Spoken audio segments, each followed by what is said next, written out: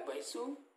ধাতুৰ ৰাসায়নিক ধৰ্ম হ'ল ধাতু এটাই বায়ু, পানী, এচিড বা অন্য ধাতুৰ লগত কিদৰে বিক্ৰিয়াত অংশগ্ৰহণ কৰি কেনেধৰণে বিভিন্ন ধৰণৰ যৌগসমূহ উৎপন্ন কৰে সেই বিষয়ে অধ্যয়ন।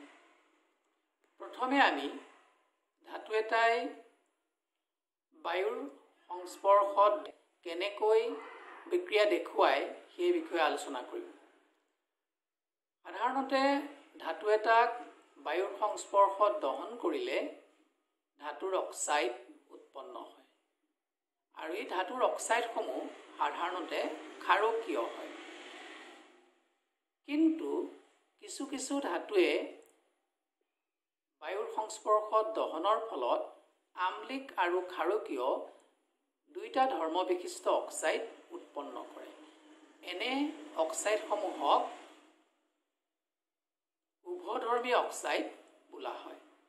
এতিয়া মই তোমালোকক ধাতু এটাক বায়ুৰ সংস্পৰ্শত দহন কৰিলে কেনেধৰণে ৰাসায়নিক বিক্ৰিয়াত অংশগ্ৰহণ কৰে লিখি দেখুৱাম।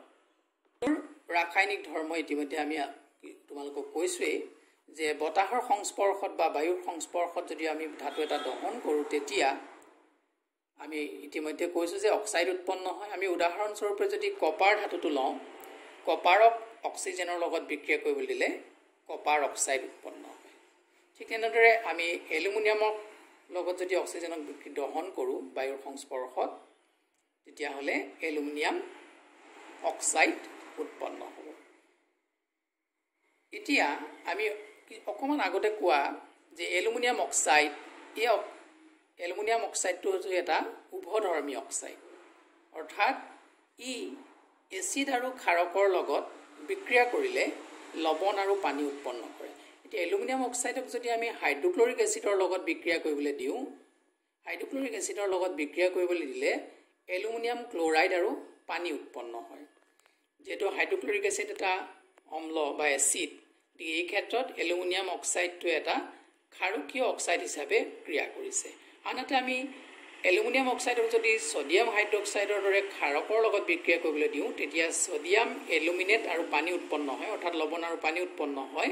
আৰু এই ক্ষেত্ৰত ছডিয়াম হাইড্ৰক্সাইড যিহেতু এটা ক্ষাৰক, গতিকে ইয়াত এলুমিনিয়াম অক্সাইডটোৱে আম্লিক অক্সাইড হিচাপে কাৰ্য কৰে। গতিকে এলুমিনিয়াম অক্সাইডটো হৈছে এটা উভধৰ্মী অক্সাইডৰ উদাহৰণ।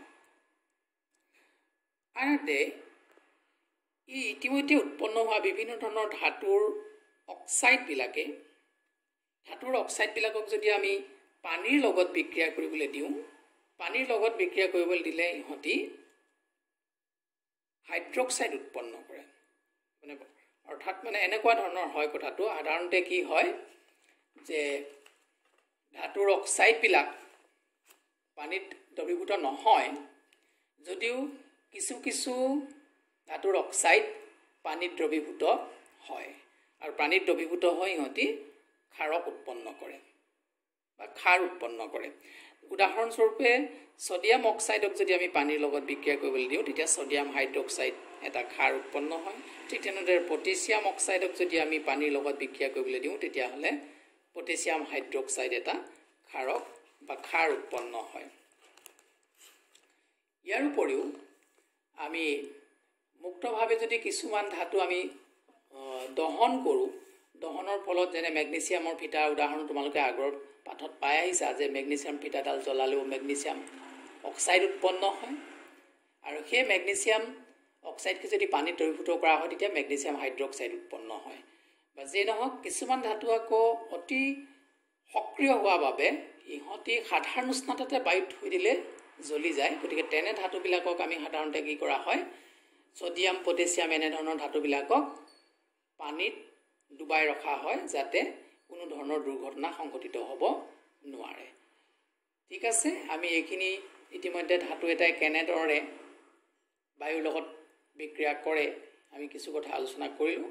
ইয়াৰ পৰৱৰ্তী সময়ত আমি পানীৰ লগত বিক্ৰিয়া আলোচনা কৰিম। ধন্যবাদ।